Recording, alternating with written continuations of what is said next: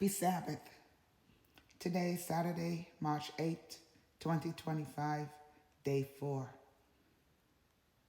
We're in the book of Joel.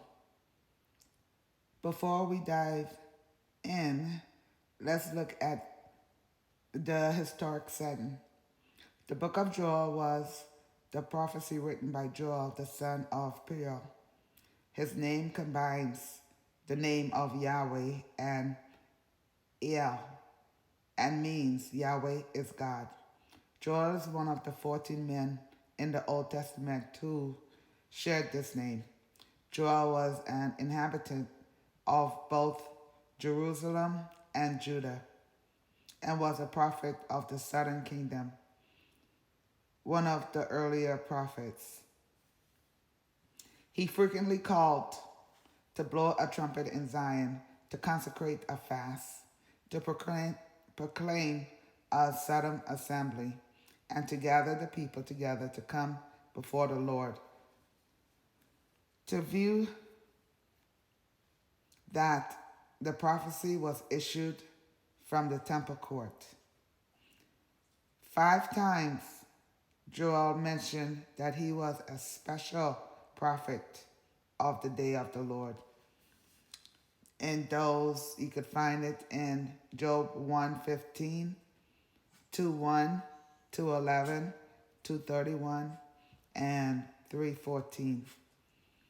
Joel has been called the prophet of Pentecost because of his famous, well-known passage written in Joel 2:28 through 32, which was quoted by Peter in Acts 2. More than half of the book is built around a description of the locust plague. And we're going to reference the locust plague of exactly who or what it was. In this first chapter of Joel, we're gonna read about the word of the Lord, the locust devastation, a cry to the Lord, the destruction from the Lord. This will be chapter 1. The word of the Lord that came to Joel the son of Pethuel. Hear this, ye old men, and give ear, all ye inhabitants of the land. Hath this been in your days, or even in the days of your fathers? Tell ye your children of it, and let your children tell their children, and their children another generation. That which the palmerworm hath left hath the locust eaten, and that which the locust hath left hath the cankerworm eaten, and that which the cankerworm hath left hath the caterpillar eaten. Awake, ye drunkards, and weep, and howl, all ye drinkers of wine, because of the new wine, for it is cut off from your mouth. For a nation is come up upon my land, strong, and without number, whose teeth are the teeth of a lion, and he hath the cheek teeth of a great lion. He hath laid my vine waste, and barked my fig tree. He hath made it clean bare, and cast it away. The branches thereof are made white. Lament like a virgin girded with sackcloth for the husband of her youth. The meat offering and the drink offering is cut off from the house of the Lord. The priests, the Lord's ministers, mourn.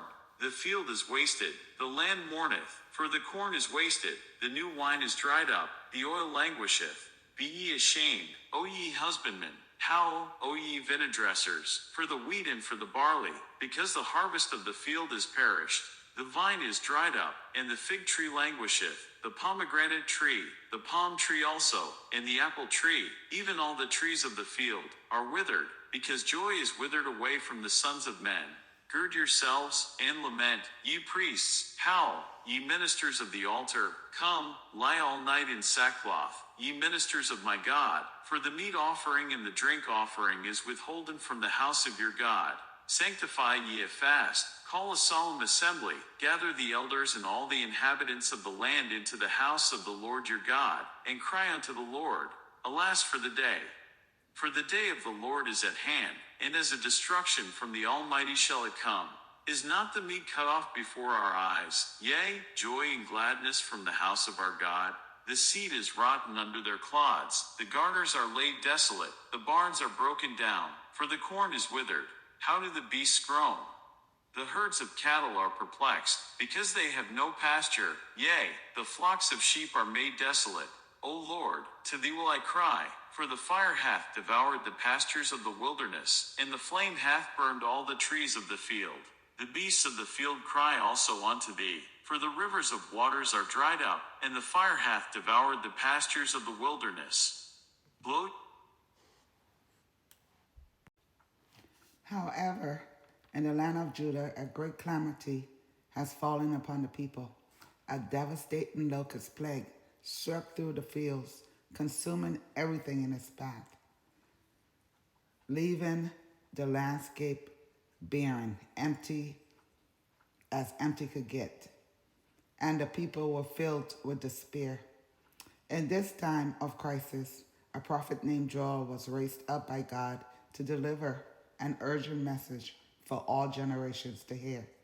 During the devastation, the land, one day Joel gathered the people in the town square.